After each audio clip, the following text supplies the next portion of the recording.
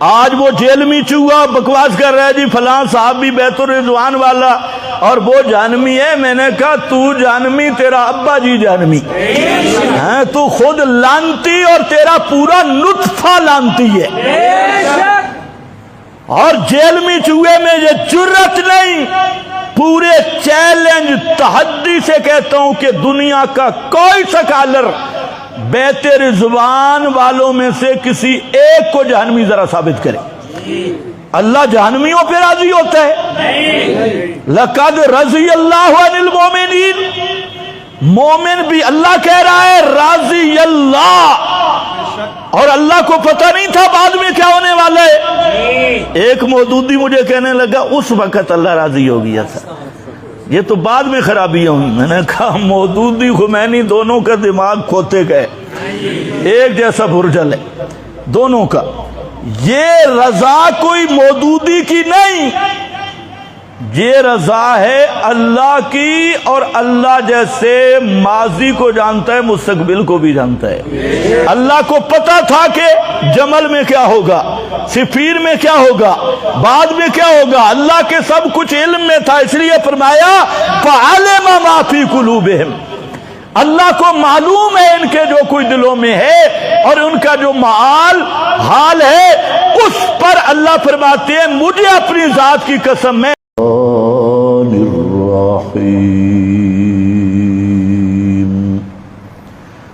لقد رضي الله عن المؤمنين سبحان ربك رب العزة عما يصفون وسلام على المرسلين والحمد لله رب العالمين.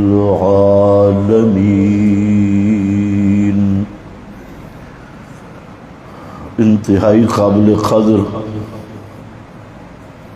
بزرگوں اور بھائیوں، گزشتہ بیان میں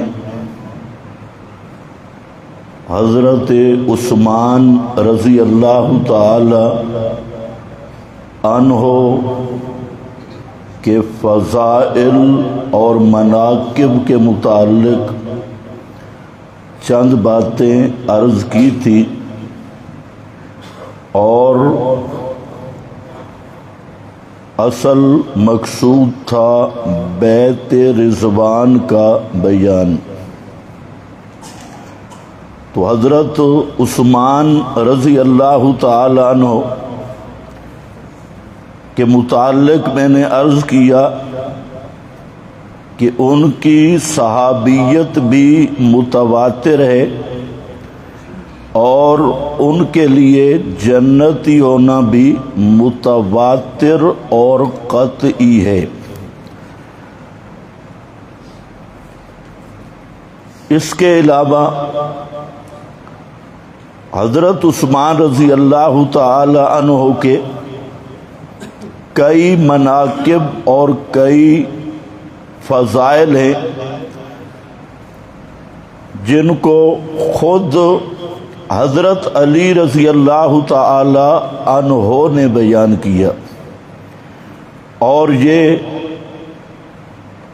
اہل سنت کی کتب حدیث بھی، تاریخ بھی، اور اہل تشیع کی کتب روایات تینوں اس سے بھری پڑی ہیں کہ حضرت علی رضی اللہ تعالی عنہ نے کئی آیات پڑھ کر حضرت عثمان کی شان اور منقبت بیان کی، فضیلت بیان کی.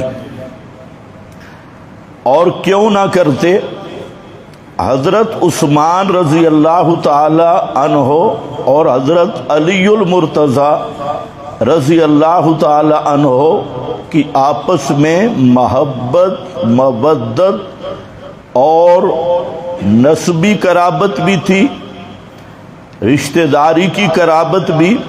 حضرت عثمان کے نبی کریم علیہ السلام اور حضرت علی المرتضیٰ کے ساتھ 7 رشتے ہیں نسب کے، 7 نسبی رشتے اور قریبی نسبی رشتے ہیں۔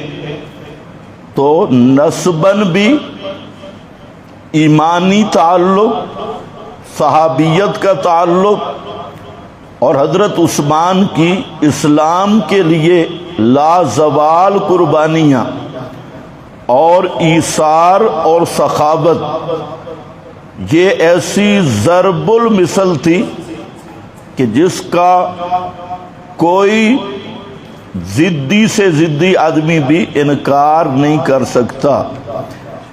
حضرت عثمان رضی اللہ تعالیٰ عنہ ہی کی شخصیت ہے کہ جس نے حضرت علی رضی اللہ تعالی عنہ اور حضرت علی رضی اللہ تعالی عنہ کی اولاد حضرت حسن اور حضرت حسین کے ساتھ بے شمار احسانات کیے، اور خود حضرت عثمان کے زمانے میں حضرت حسن رضی اللہ تعالیٰ عنہ اور حضرت حسین ابن علی یہ پہلے مجاہدین تھے، جہاد کیا انہوں نے افریقہ کا، تبرستان کا اور کئی ایریوں میں۔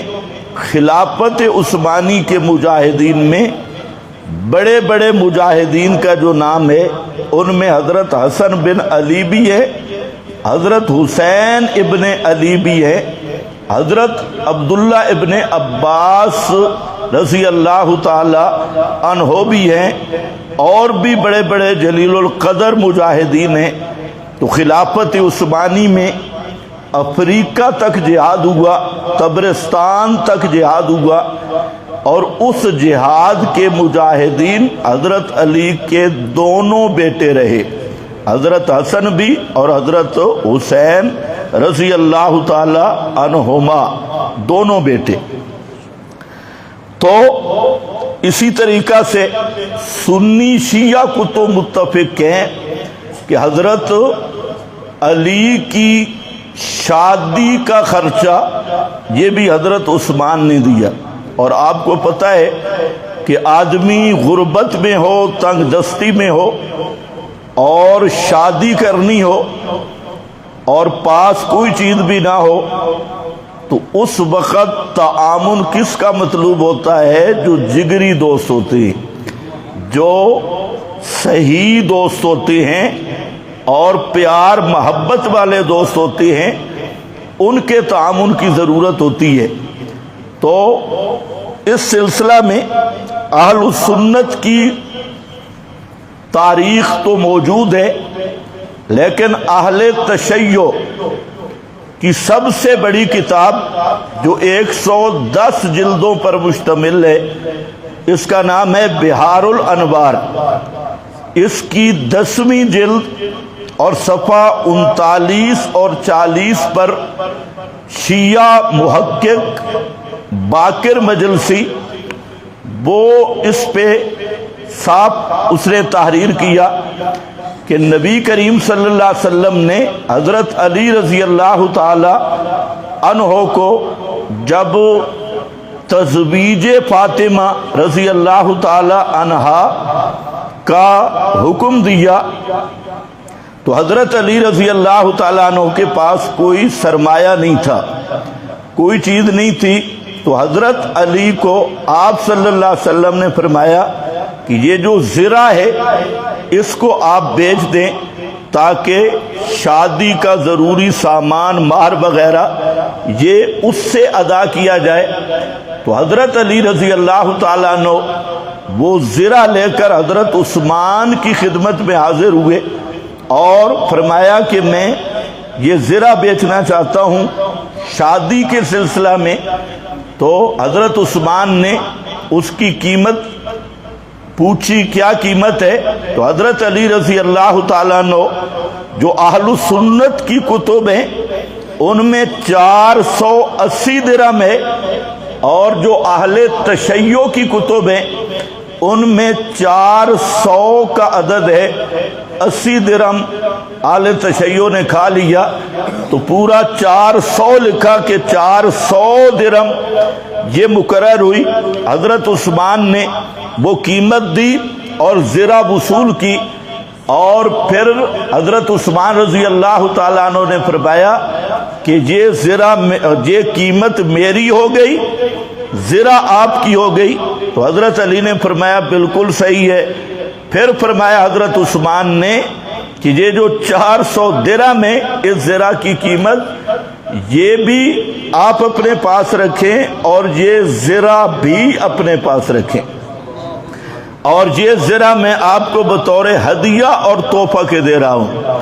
تو حضرت علی رضی اللہ تعالیٰ عنہ وہ زرہ بھی وہ قیمت بھی لے کر نبی کریم علیہ السلام کی خدمت میں جب حاضر ہوئے تو ملا باقر مجلسی کے لفظ ہیں کہ حضرت علی فرماتے ہیں اخبرتہ بما کان من امر عثمان فدعا لہ بالخیر، کہ حضرت علی فرماتے ہیں کہ میں گیا نبی کریم علیہ السلام کی خدمت اقدس میں نے حضرت عثمان کا معاملہ ذکر کیا کہ انہوں نے قیمت بھی واپس کر دی، زرہ بھی واپس کر دی.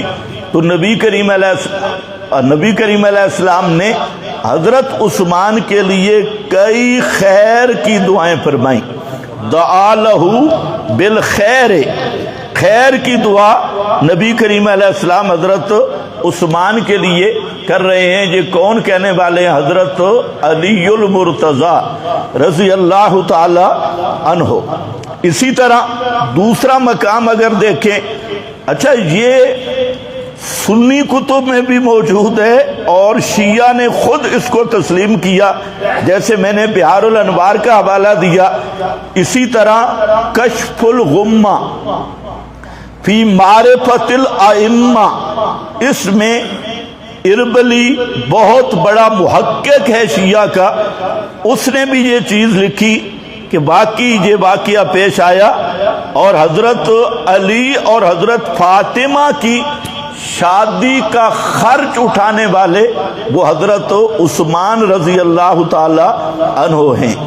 اب اگر کسی کی علی سے محبت ہو، حضرت فاطمہ کی عقیدت ہو، احترام ہو تو اور نسب بھی صحیح ہو، وہ کبھی حضرت عثمان کو بکواس نہیں کر سکتا، کیونکہ حضرت عثمان حضرت علی کے بھی محسن ہیں اور حضرت فاطمہ کے بھی محسن ہیں.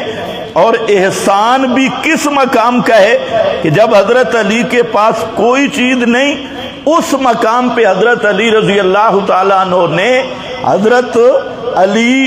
حضرت عثمان نے حضرت علی کا اس طرح تعامل کیا کہ خود رسول اللہ صلی اللہ علیہ وسلم اسے احسان قرار دے رہے ہیں اور حضرت عثمان کے لیے دعا بھی کر رہے ہیں، دعائے خیر بھی کر رہے ہیں. تو یہ اب سنی شیعہ دونوں کتب متفق ہیں. دوسری بات یہ ذہن میں رکھ لیں کہ حضرت علی کی جب شادی ہونے لگی، نکاح ہونے لگا، تو کبھی آپ نے تحقیق کی کہ نبی کریم علیہ السلام نے گواہ کون سے بلائے تھے، کہ حضرت علی کے نکاح کے گواہ کون ہیں. اور آپ کو پتہ ہے کہ اگر نکاح مسلمان ہی نہ ہوں، گواہ مسلمان ہی نہ ہوں تو نکاح ہو جائے گا؟ نکاح کے گواہ اگر مسلم ہی نہیں، غیر مسلم ہے تو نکاح کیسے ہوگا؟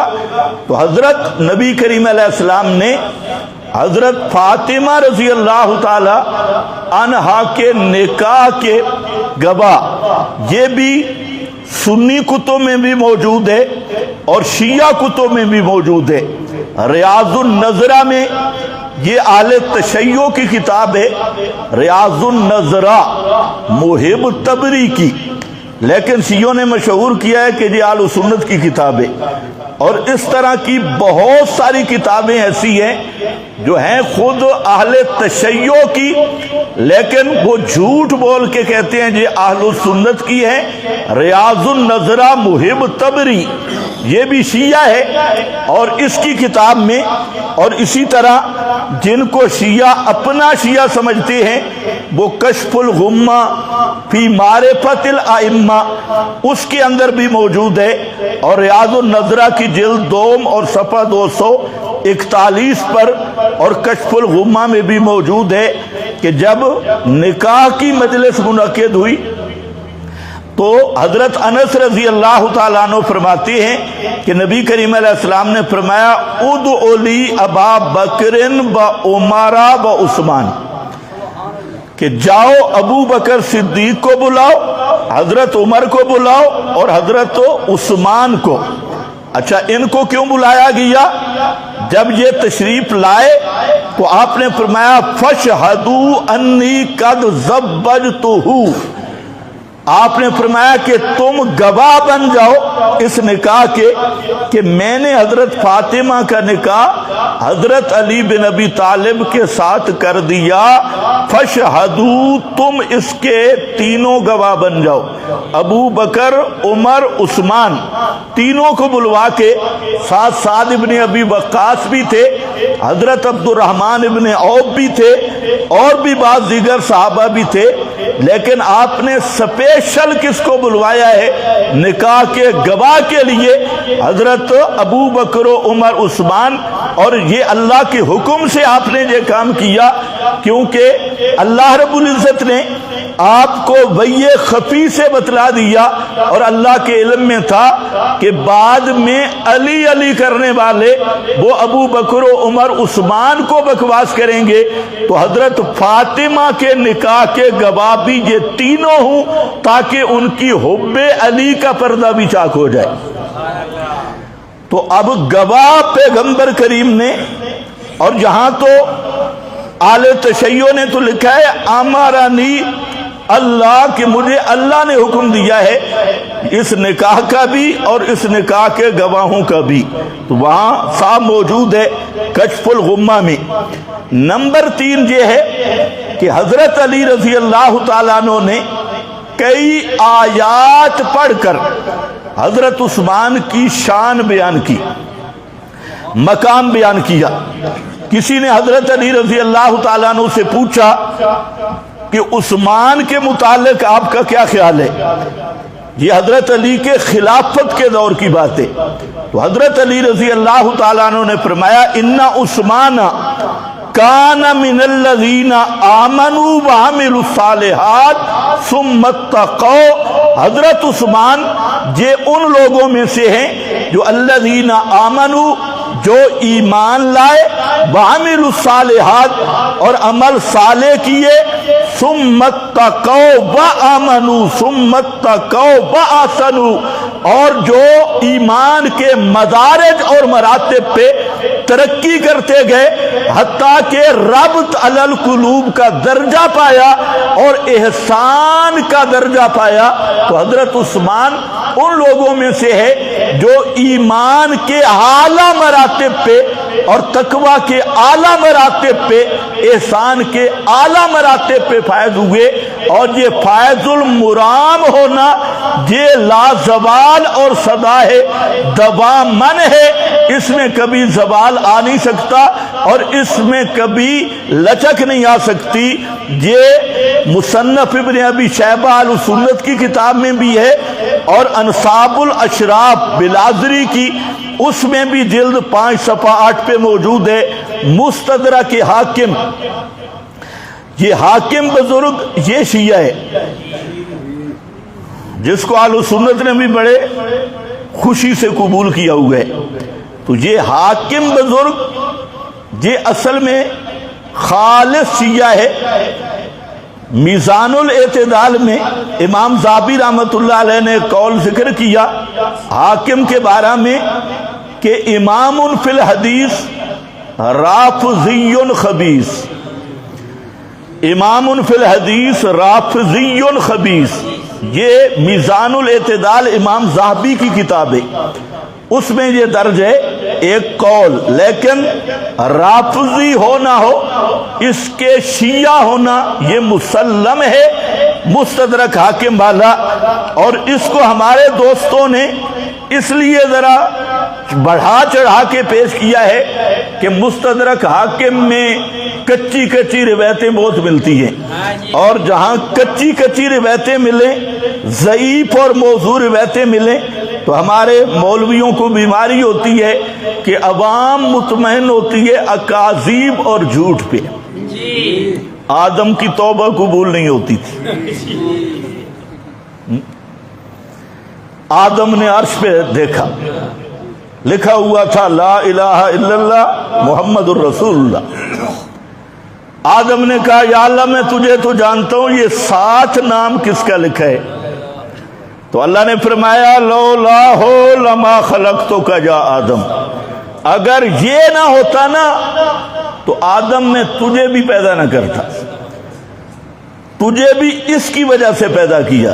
تو آدم نے کہا یا اللہ پھر اسی کا واسطہ ہے میرے گناہ معاف کر، اسی کا واسطہ۔ آدم کا گناہ تھا ہی نہیں، وہ زلات الانبیاء کا مسئلہ جدا ہے۔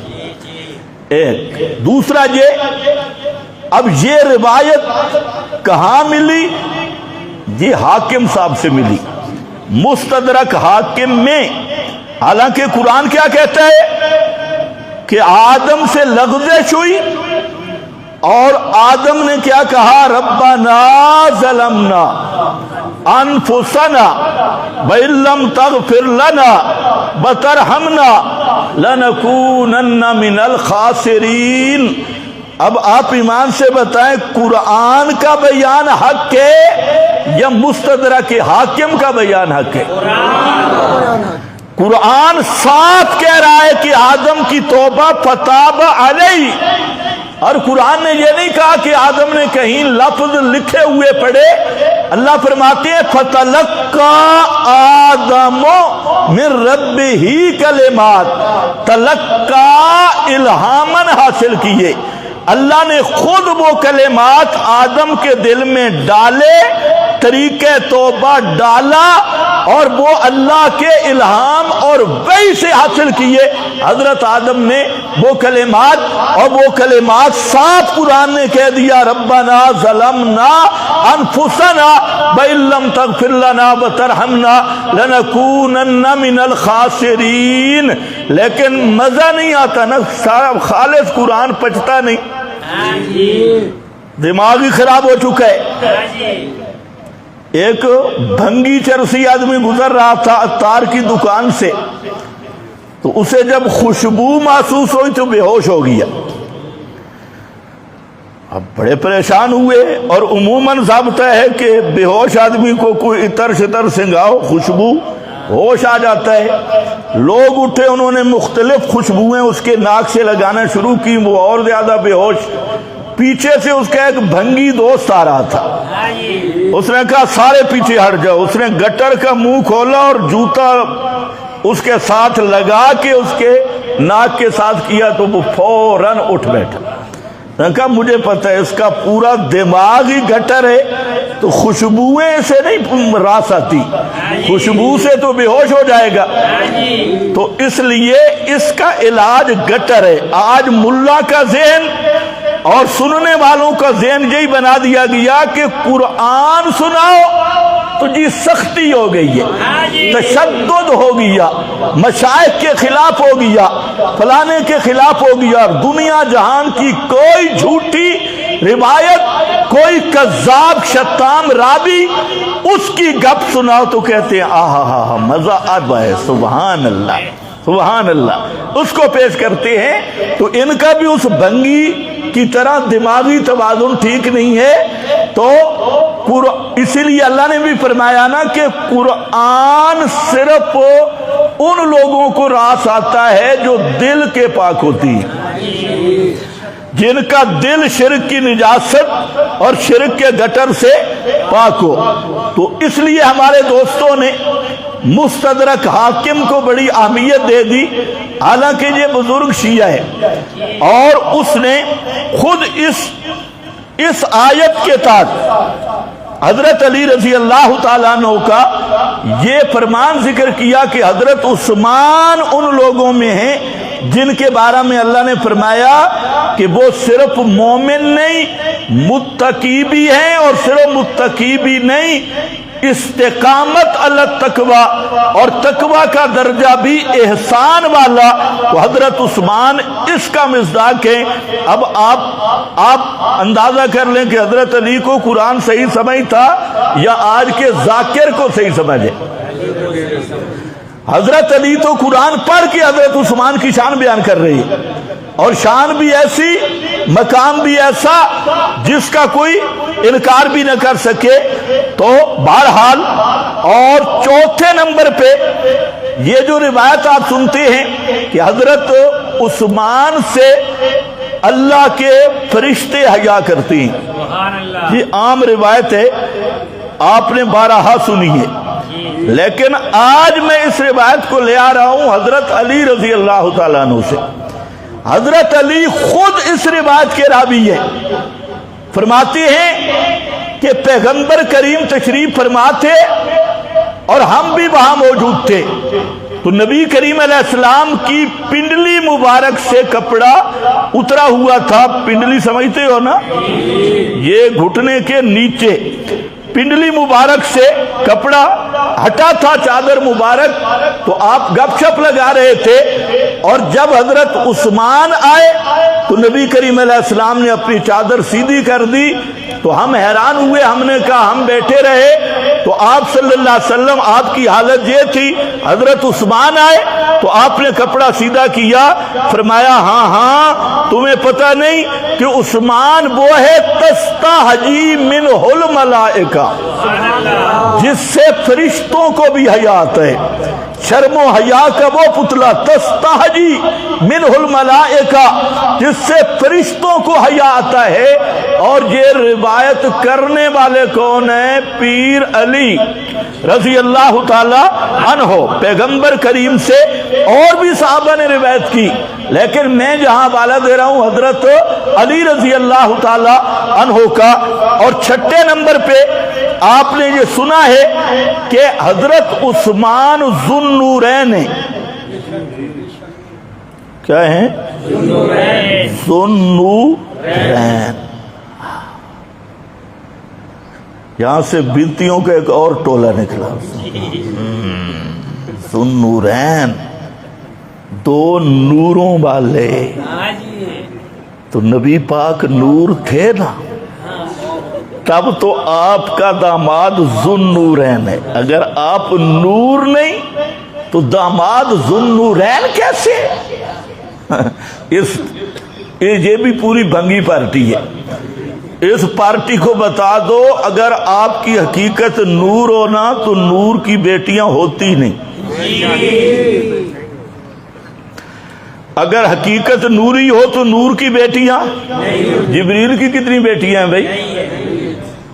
حالانکہ جبریل بشری صورت میں آتا رہا، قرآن میں ہے سورہ مریم میں فَتَمَثَّلَ لَهَا بَشَرًا سَوِيًّا، حضرت مریم کے پاس جبریل آئے، اور کیسے آئے؟ فَتَمَثَّلَ لَهَا بَشَرًا سَوِيًّا، اندر نور تھا، بشری لباس میں آیا حضرت مریم کے پاس، لیکن جبریل کی کوئی دنیا کا حلوائی مولوی ثابت نہیں کر سکتا، کوئی دنیا کا مجاور ثابت نہیں کر سکتا کہ حضرت جبریل نے شادی کی ہو، حضرت جبریل کی کوئی بیوی ہو، کوئی بیٹا ہو، کوئی بیٹی ہو، بشری لباس میں تو آتا رہا۔ پتہ چل گیا حقیقت نور ہو، لباس بشری ہو، اس کی بیوی بھی نہیں ہوتی، اس کی اولاد بھی۔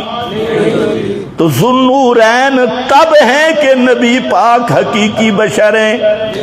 اگر پیغمبر کریم حقیقتاً نور ہوں، خلقی نور ہوں، حقیقت کے لحاظ سے نور ہوں، تو پھر حضرت عثمان داماد نہیں بن سکتے، حضرت علی داماد نہیں بن سکتے۔ ذو النورین ہونے کی ایک وجہ یہی ہے کہ پیغمبر کریم خالصتاً بشر ہیں، حقیقتاً بشر ہیں افضل البشر، خیر البشر، لیکن ہیں حقیقت اور تخلیق کے لحاظ سے بشر۔ عوام الناس بھی عجیب ہوتی ہے، مولوی کہتے ہیں ہاں ذوالنورین، انہوں نے نعرے لگانے شروع، کبھی سوچا نہیں کہ حقیقت نور ہو تو نوری کی اولاد نہیں، تو پھر حضرت عثمان داماد کیسے؟ پھر جو سید قوم بنا دی گئی ہے۔ احمد رضا نے بھی لکھا تیری نسل پاک میں ہے بچہ بچہ نور کا۔ میں نے کہا تیری نسل پاک ہوتی بشر کی ہے لیکن یہ بالکل جب شرک اور بدعت کے پردے آتے ہیں تو دماغ الٹا ہو جاتا ہے، سمجھتے ہی نہیں کہ میں منہ سے نکال کے آ رہا ہوں۔ ذوالنورین ایک اعزازی لقب ہے اور اس کی 6 وجوہات، صرف ایک وجہ نہیں، 6 وجوہات، اور یہ جو لقب ہے ذوالنورین والا، اس کو بیان کرنے والا کون ہے؟ جو میرا موضوع ہے میں اس پہ آ رہا ہوں، اس کو بیان کرنے والے حضرت علی المرتضی رضی اللہ تعالیٰ عنہ۔ حضرت علی سے پوچھا گیا عثمان کے متعلق کیا خیال ہے؟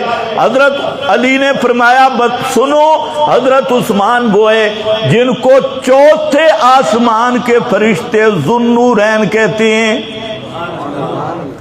چوتھے آسمان کے فرشتے جن کو ذوالنورین کہتے ہیں۔ یہ بیان کرنے والا بھی حضرت علی ہے رضی اللہ تعالی عنہ، تو اس لیے فرمایا، اور فرمایا سنو، حضرت عثمان وہ ہے کہ نبی کریم علیہ السلام کی 2 بیٹیاں یک کے بعد دیگرے آپ کے عقد اور نکاح میں آئیں۔ یہ بھی بیان کرنے والے کون ہیں؟ حضرت علی۔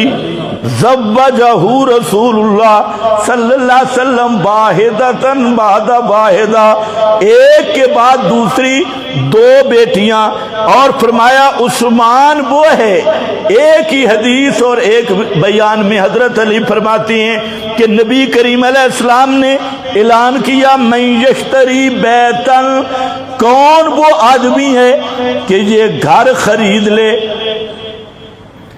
اور اس گھر کو مسجد نبوی کا حصہ بنا دے۔ مسجد نبوی کا حصہ۔ آپ کو پتہ ہے آپ کے زمانے میں مسجد نبوی کتنی تھی؟ تقریباً ایک سائڈ 80 بائی 115 فٹ اس کے قریب تھی، تو حصہ بنا دے اور اللہ اس کو جنت میں گھر بنا دے۔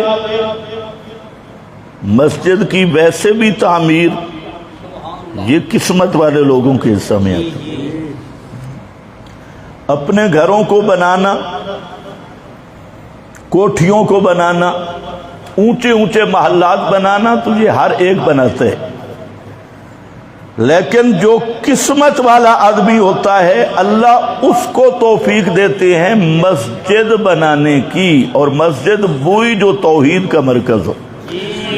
جو مسجدیں شرک کے اڈے ہیں وہ مسجدیں نہیں، وہ مساجد زرار ہیں۔ جو بدعت کے اڈے ہیں وہ مسجدیں نہیں، مسجد کی بنیاد ہی ایمان پہ ہے۔ آپ نے کبھی دیکھا ہے قرآن میں الا ان المساجد للہ، مساجد للہ، مسجدیں کس کے لیے؟ للہ، صرف اللہ کے لیے۔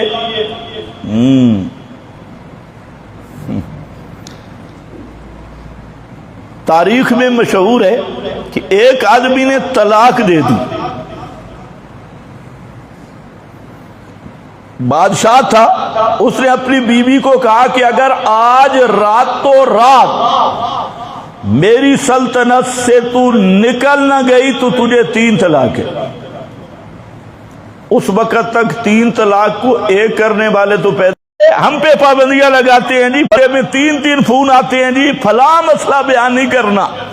مجھے ایک آدمی فون کر رہا تھا کہ آپ ایران جنگ کی تائید کریں، میں نے کہا بالکل کروں گا، بالکل کروں گا۔ 2 خنزیروں کی لڑائی ہے، 2 خنزیر لڑ رہے ہیں، اور یہ تو قرآن پاک میں موجود ہے، نولی بعض الظالمین۔ اللہ فرماتے ہیں کہ بساؤ کا یہ بھی ہوتا ہے کہ جب ظالم ظلم کرتا ہے تو بعض ظالموں کو دوسرے ظالموں پہ مسلط کر دیتی ہے، بعض ظالموں کو دوسرے ظالموں پر مسلط کر دیتی ہیں۔ اور اگر یوں نہ سمجھ آئے تو جب خنزیرنی یا کتیا ہلکی ہو جائے تو وہ اپنے بچوں کو بھی کھانا شروع کر دیتی ہے۔ تو خنزیر اسرائیل خنزیر ہے اور وہ ہلکا ہو چکا ہے، اور اب اس نے اپنے بچوں اور انڈوں کو بھی کھانا شروع کر دیا ہے۔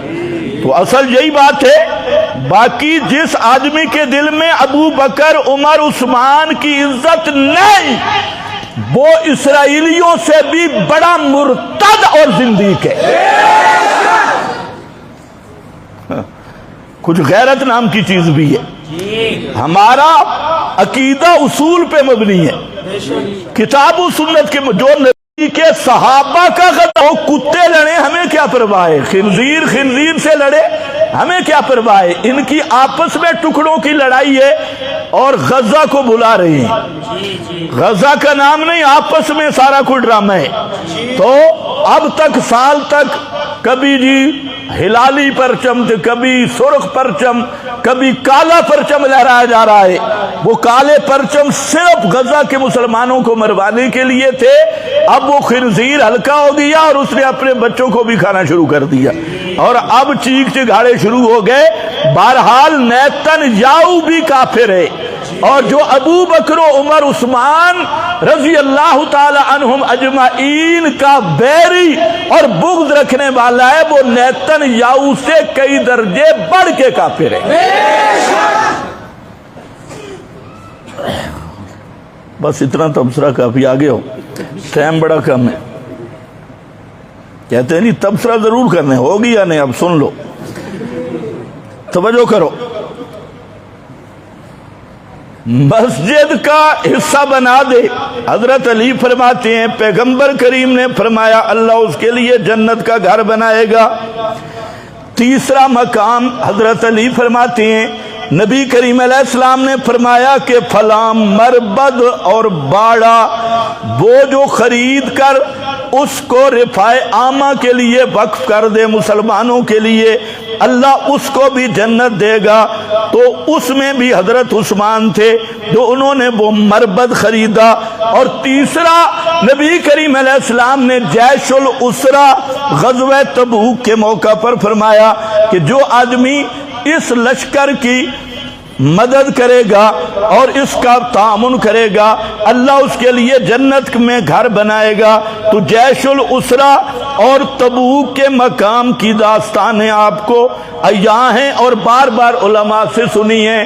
کئی 100 اونٹ حضرت عثمان رضی اللہ تعالیٰ عنہ نے غزوہ تبوک پہ پیش کیے اور کئی قسم کا مال پیش کیا، حتیٰ کہ احادیث میں آتا ہے نبی کریم علیہ السلام حضرت عثمان کے دیے ہوئے درم دنانیر منبر پہ بیٹھ کے آپ اپنی گود میں لے کے ان کو الٹ پلٹ رہے تھے، اور ساتھ یہ بھی کہہ رہے تھے ما ذر عثمان ما عمل بعد هذا اليوم۔ ما ذر عثمان، عثمان کو کوئی چیز بھی نقصان نہیں دے سکتی، یعنی عثمان کو اللہ نے ایمان کا وہ درجہ عطا کیا کہ عثمان اب صراط مستقیم سے اتر سکتے ہی نہیں۔ عثمان کو اللہ نے وہ مقام عطا کر دیا ہے کہ عثمان سے اللہ کی آمدن نافرمانی سرزد ہو سکتی نہیں۔ لفظ کیا ہے ما ذرہ ما عمل بعد هذا اليوم۔ کوئی مودودی ہے بدبودار ذہن والا وہ بھی سنے ما ذرہ عثمان۔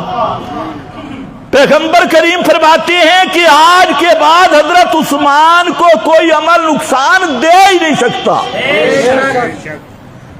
اب مودودی کا لکھنا فلاں پالیسی غلط فلاں، یہ تو اگلے جمعے پہ میں خبر لوں گا۔ مودودی اب 2-3 جمعے حضرت عثمان پہ آئیں گے انشاءاللہ، اور اگلا جمعہ آئے گا حضرت عثمان پر جو اعتراضات لوگ کرتی ہیں نا، اس کا ہم جائزہ لیں گے کہ کیا اعتراض ہے اور مودودی کو کیوں تکلیف ہے، اور اسی طرح مودودیوں کو کیا تکلیف ہے، یا جیلمی شیطان کو کیا تکلیف ہے، ہم اس کا بھی جائزہ مختصر یہاں اور تفصیلاً انشاءاللہ اپنے جو جمعرات کے دروس ہیں اس میں ہم تفصیلاً اس کا جائزہ لیں گے۔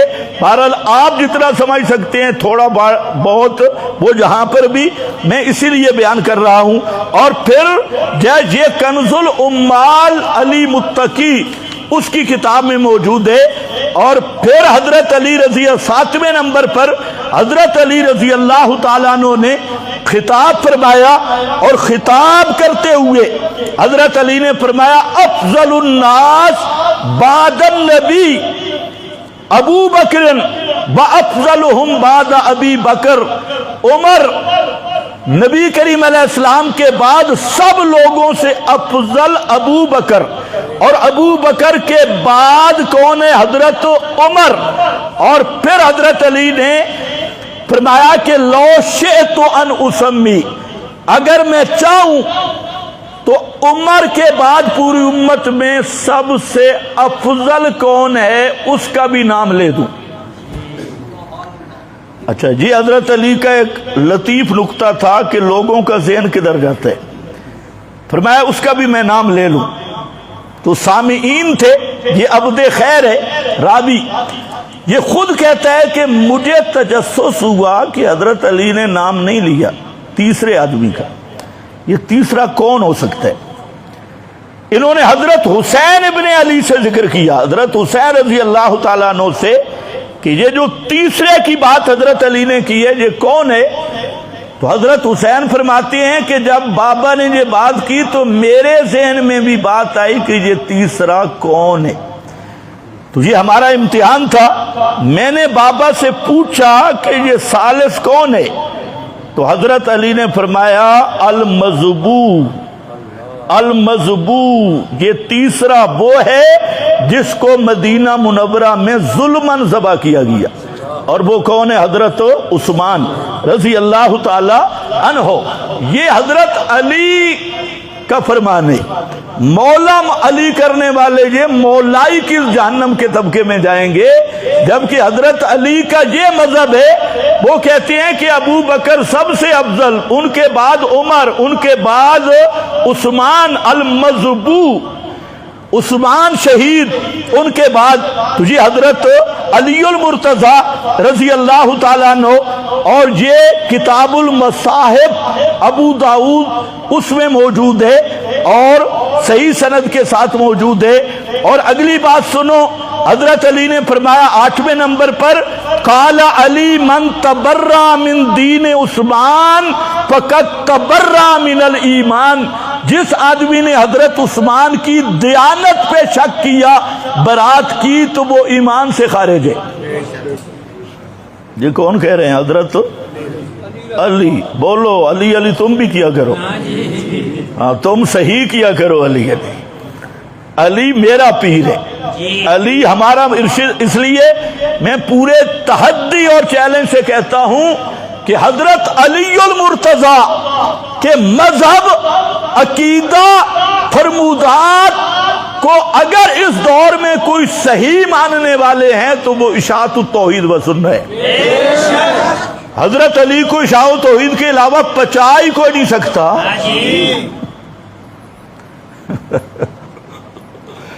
علی علی کرنے سے تو کام نہیں ہوگا، علی کو مان تو صحیح نا۔ جب حضرت علی کے مناقب آئیں گے انشاءاللہ، میں پہلے بھی بیان کیا، پھر لمبا بیان کروں گا کہ علی کس کا ہے، اس پہ جو میرے لمبے بیان موجود ہیں کہ کون علی کا، علی کس کا۔ تو وہاں پر جب علی کے فرمودات آئیں گے، نہ للڑ پچا سکیں گے، نہ رضا خانی پچا سکیں گے، اور رافضیوں کی تو ویسے ہی موت ہے، یہ تو اوپر اوپر علی علی اور اندر اندر یہودی یہودی، یہ تو سارا نظام ہی غلط ہے۔ تو حضرت علی فرماتے ہیں من تبرأ من دین عثمان فقد تبرأ من الایمان، جو آدمی حضرت عثمان کی دیانتداری کو نہیں مانتا، دین کا معنی دیانت ہے، دین کا معنی ایمان بھی کر لو کوئی مسئلہ نہیں، جو حضرت عثمان کے دین سے بری ہے، حضرت علی فرماتے ہیں وہ ایمان سے بری ہے، کیونکہ دین عثمان ہی ایمان ہے، ایمان ہی دین عثمان ہے۔ اور پھر نام نمبر پہ حضرت علی رضی اللہ تعالی عنہ نے حضرت عثمان کا ذکر کیا، ذکر عثمان فقال ان الذین سبقت لهم من الحسنى اولئک عنہا مبعدون۔ حضرت علی فرماتے ہیں اولئک عثمان و اصحاب عثمان، یہ جو قرآن پاک میں ہے کہ جن پر اللہ تعالیٰ کی طرف سے بھلائی سبقت کر چکی ہے وہ جہنم سے دور رہیں گے، ان کو پر جنت میں جانا واجب ہے۔ یہ کون لوگ ہیں؟ فرمایا اولئک عثمان و اصحاب عثمان، یہ حضرت عثمان اور اصحاب عثمان اس آیت کا مصداق ہیں۔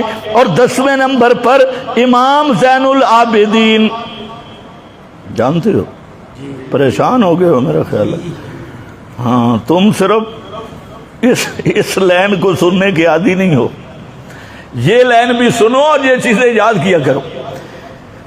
چلو تم گزارا کر لو، میں جن کو سنا رہا ہوں وہ تو سن لیں گے، ہاں تم پریشان نہ ہو۔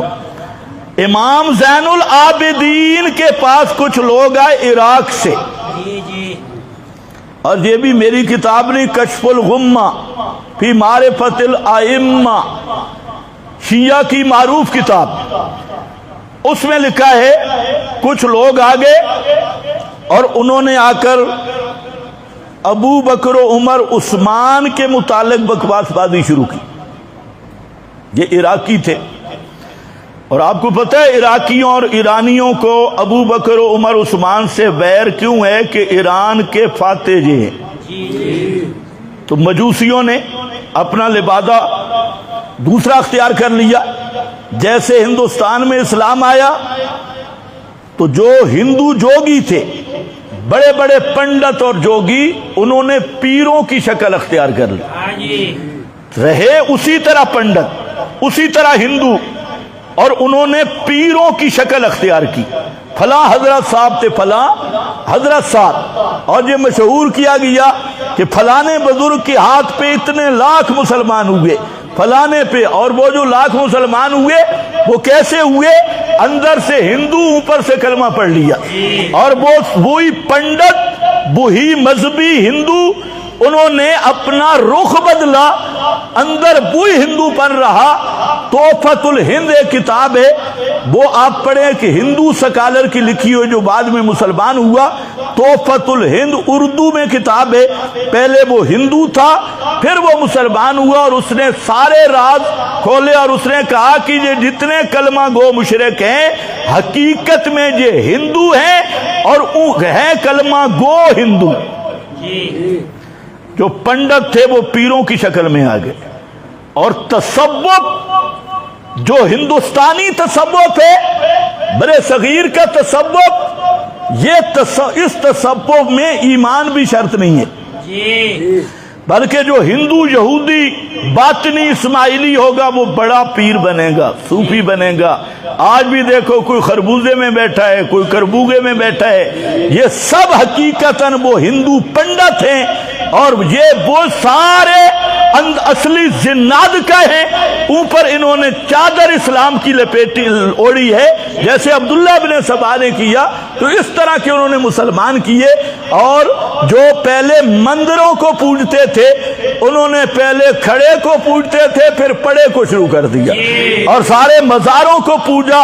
آج بھی ان مزارات کا حال دیکھیں اور ہندو مندروں کا دیکھیں تو ہندو مندروں کا حال بہتر ہے، تمہارے جو مزارات پہ شرک اور کفر ہوتا ہے۔ وقت بہت کم ہے، خیر واپس آ جاؤ بالکل درمیان سے۔ یہ امام زین العابدین نے فرمایا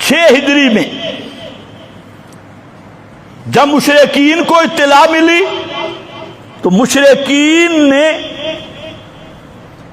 فیصلہ کیا کہ آپ کو عمرہ نہیں کرنے دیا جائے گا کیونکہ ہمارے اکابر کا مخالف ہے. تو مشرکین سارے ملے, انہوں نے کئی حربے کیے کہ کسی طریقہ سے آپ کو کعبہ سے روکا جائے. جب آپ حدیبیہ کے مقام پہ پہنچے 1400 صحابہ تقریباً آپ کے ساتھ تھے اور عمرے کا احرام باندھا ہوا تھا, ہدی کے جانور ساتھ تھے, ایک ایک تلوار نیام میں تھی اور مقصد عمرہ کرنا تھا. تو مشرکین کا پورا منصوبہ تھا لڑنے کا, آپ کا ارادہ نہیں تھا لڑنے کا, آپ کا منصوبہ تھا, قصد نیت تھی عمرے کی. لمبا واقعہ ہے, کتب سیر میں بہت لمبا موجود ہے. خلاصہ یہ ہے کہ جب آپ حدیبیہ کے مقام پہ آئے, حدیبیہ کا مقام اب تو پاکستانی جانتے ہیں جہاں نواز شریف کی سٹیل مل ہے, حدیبیہ کیس بھی چلتا رہا, پاکستانی قوم وہ جانتی ہے جو ٹی وی پہ ہے. تو یہ حدیبیہ کا مقام ہے. حدیبیہ کے مقام پہ جب آپ تشریف لائے تو آپ کی اونٹنی بیٹھ گئی. آپ نے فرمایا کہ اس اونٹنی کو اس نے روک دیا ہے جس نے ہاتھیوں کے لشکر کو روک لیا تھا, حابس الفیل. آپ نے وہاں پڑاؤ کیا, وہاں پر شروع ہوئی مذاکرات شروع ہوئے. تو ان مذاکرات میں مشرکین کے کئی سردار آئے.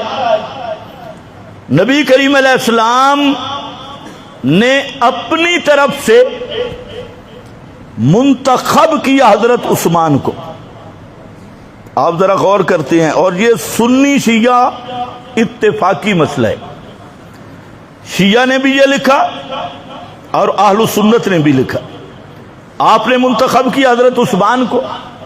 پہلے حضرت عمر کو فرمایا, حضرت عمر نے کہا جی بالکل میں تیار ہوں جانے کے لیے, لیکن یہ معاملہ ہے صلح کا, اور اگر مشرکین نے کوئی بدماشی کی تو میں وہ جواب دوں گا, پھر یہ مسئلہ گڑبڑ نہ ہو جائے.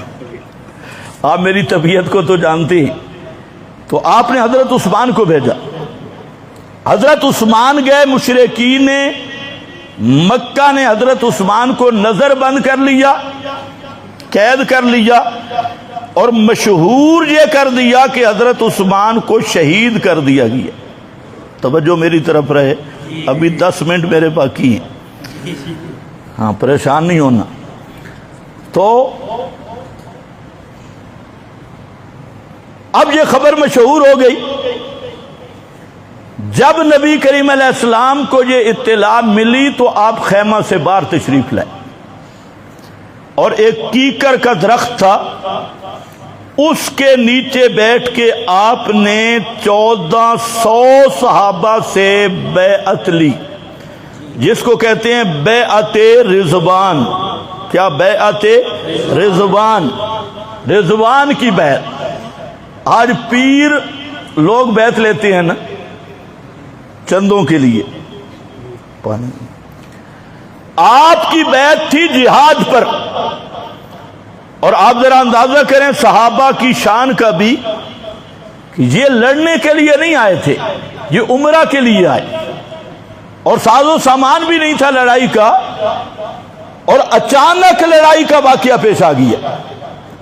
اور جب سفیر حضرت عثمان کی شہادت کی خبر آئی تو آپ نے بیت علی القتال, بیت علی الموت, اس بات پہ موت پر بیعت لی کہ مر جائیں گے جب تک قصاص عثمان پورا نہیں کریں گے واپس نہیں جائیں گے. لوگ حضرت معاویہ پہ اعتراض کرتے ہیں کہ قصاص عثمان کا مسئلہ تو نبی پاک اٹھا رہے ہیں. حضرت معاویہ نے بھی تو یہی مسئلہ اٹھایا تھا, اور یہی اللہ کی حکمت تھی کہ ابھی حضرت عثمان شہید نہیں ہوئے, شہادت عثمان کی اہمیت بتانا مقصد تھی۔ آپ نے بیعت لی 1400 صحابہ سے، اس بیعت اللہ کو اتنی پسند آئی کہ اس کا تذکرہ قرآن نے کیا بڑے مزے لے لے کر، لقد رضی اللہ، لقد رضی اللہ، لقد واللہ لقد۔ اللہ فرماتے ہیں مجھے اپنی ذات کی قسم کہ میں راضی ہو چکا ہوں۔ رضی اللہ ماضی ہے، راضی ہو چکا ہے اللہ کس پر؟ فرمایا ان المؤمنین، شہادت دی کس پر راضی ہو گیا؟ یہ کون مومن ہیں؟ یبایعونک تحت الشجرہ، یبایعونک یہ فعل مضارع ذکر کیا، یعنی وہ منظر اتنا پیارا ہے کہ ماضی بننے کے قابل ہی نہیں ہے، گویا کہ وہ آنکھوں کے سامنے اس کی تجدید رہے۔ یبایعونک تحت الشجرہ، اللہ فرماتے ہیں مجھے اپنی عزت کی قسم دو باتیں، ایک تو میں پکا راضی ہو گیا اور دوسرا یہ ہیں بھی پکے مومن۔ کون؟ یبایعونک تحت الشجرہ، جو بیعت کر رہے تھے اس درخت کے نیچے، یبایعونک تیرے ساتھ بیعت کر رہے تھے، عہد کر رہے تھے، اور ساتھ فرما دیا اللہ کا راضی ہونا ایسے نہیں جیسے تم ایک دوسرے پہ راضی ہوتے ہو، تم اندر کے حال نہیں جانتے۔ فعلم ما فی قلوبہم، پس اللہ نے جان لیا جو ان کے دلوں میں اخلاص تھا، اللہ ان کے دلوں کے اخلاص پر راضی ہو گیا۔ اسی لیے جو شجرہ رضوان یہاں بیعت کرنے والے ہیں ان میں سب صحابہ مخلص، ایک بھی منافق نہیں ہے، سارے صحابہ کرام مخلصین ہیں، مومنین ہیں۔ آج وہ جیل میں چوہا بکواس کر رہا ہے جی فلاں صاحب بھی بیت الرضوان والا اور وہ جہنمی ہے۔ میں نے کہا تو جہنمی، تیرا ابا جی جہنمی، تو خود لانتی اور تیرا پورا نطفہ لانتی ہے۔ اور جیل میں چوہے میں یہ جرت نہیں، پورے چیلنج تحدی سے کہتا ہوں کہ دنیا کا کوئی سکالر بیت رضوان والوں میں سے کسی ایک کو جہنمی ذرا ثابت کرے۔ اللہ جہنمیوں پہ راضی ہوتا ہے؟ لقد رضی اللہ عن المؤمنین، مومن بھی اللہ کہہ رہا ہے رضی اللہ، اور اللہ کو پتہ نہیں تھا بعد میں کیا ہونے والا ہے۔ ایک مودودی مجھے کہنے لگا اس وقت اللہ راضی ہو گیا تھا، یہ تو بعد میں خرابیاں ہوئی۔ میں نے کہا مودودی خمینی دونوں کا دماغ کھوتے گئے، ایک جیسا بھرجل ہے دونوں کا۔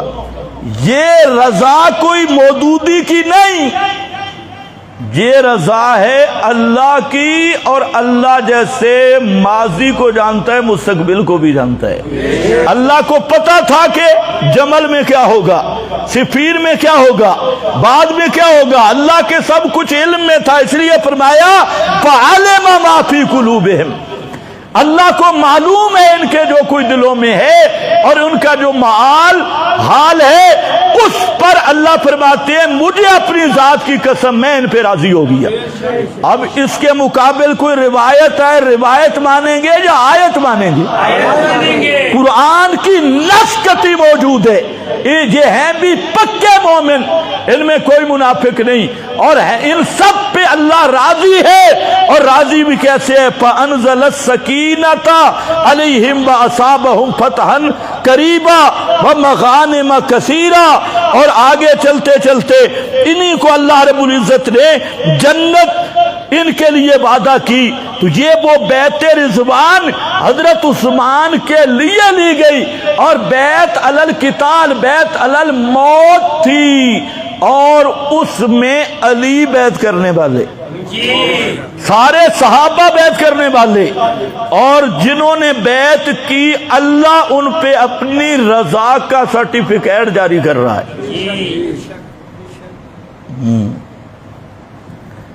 غدیر یاد ہے، رضوان یاد نہیں۔ غدیر تو من کن تو مولا و فالی مولا، میں تجھے تلاش کر رہا ہوں، کوئی 20 سندوں تک میں پہنچا ہوں، کوئی بھی شیعہ سے خالی نہیں ہے، کوئی نہ کوئی سر چھپا کے شیعہ پڑے۔ اگر ثابت بھی ہو گئی تو کیا ثابت ہوگا؟ ایک خبر واحد اور وہ بھی مبہم، جس بالکل مبہم۔ یہ کون سا اعلان ہے؟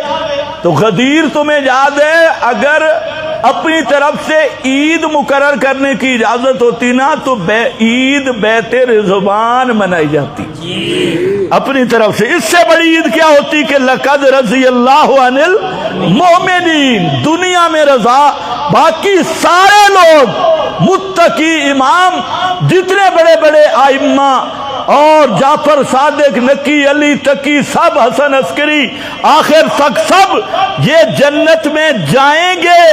بعد میں اللہ کی رضا کا اعلان ہوگا، لیکن محمد کے صحابہ وہ ہیں بیٹھے دنیا میں ہیں حدیبیہ کے درخت کے نیچے، اللہ قسم اٹھا کے کہہ رہے ہیں لقد رضی اللہ عن المؤمنین۔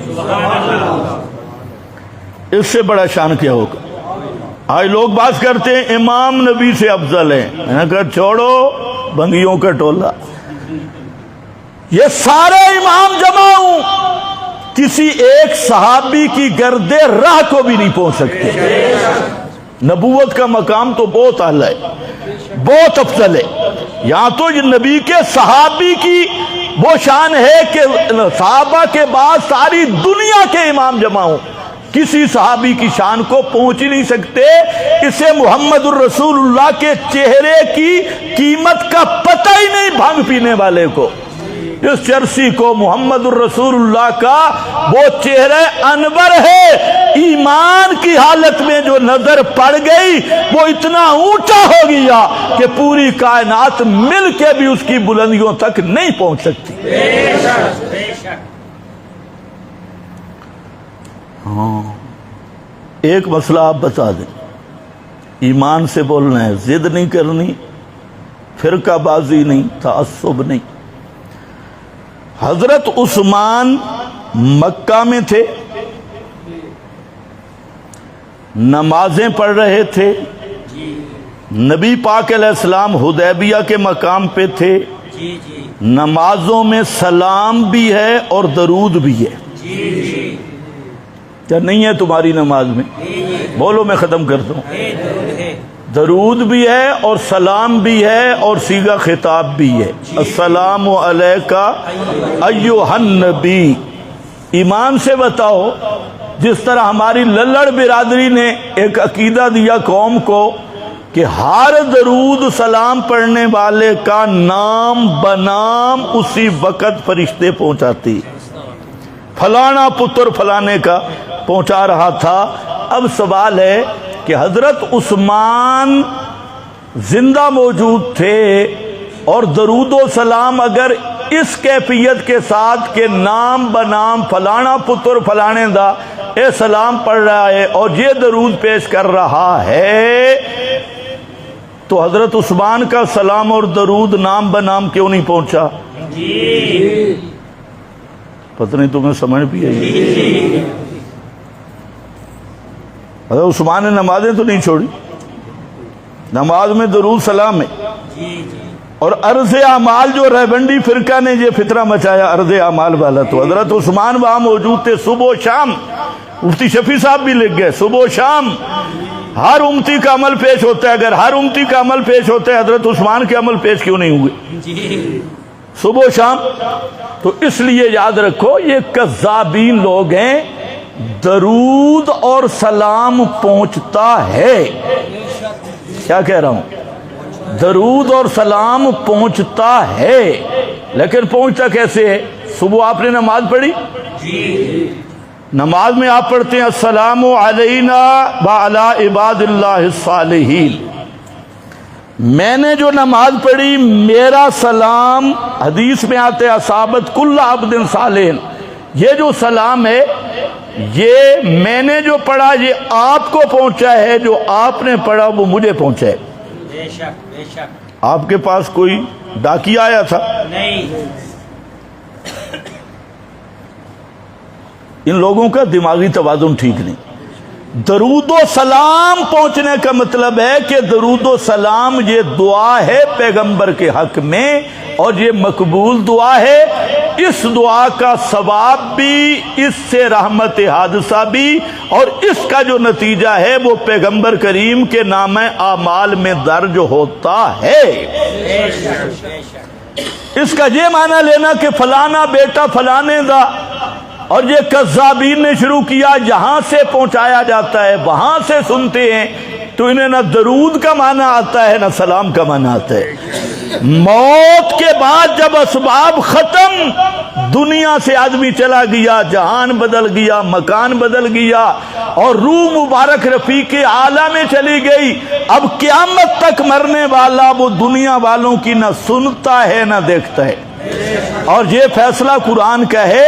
باقی درود بھی حق ہے، سلام بھی حق ہے، درود و سلام کا پہنچنا بھی حق ہے، لیکن پہنچنے کا مطلب وہی ہے کہ یہ مقبول دعا ہے، اس کا ثواب، اس کی رحمت یہ ہر طرح پہنچتی ہے.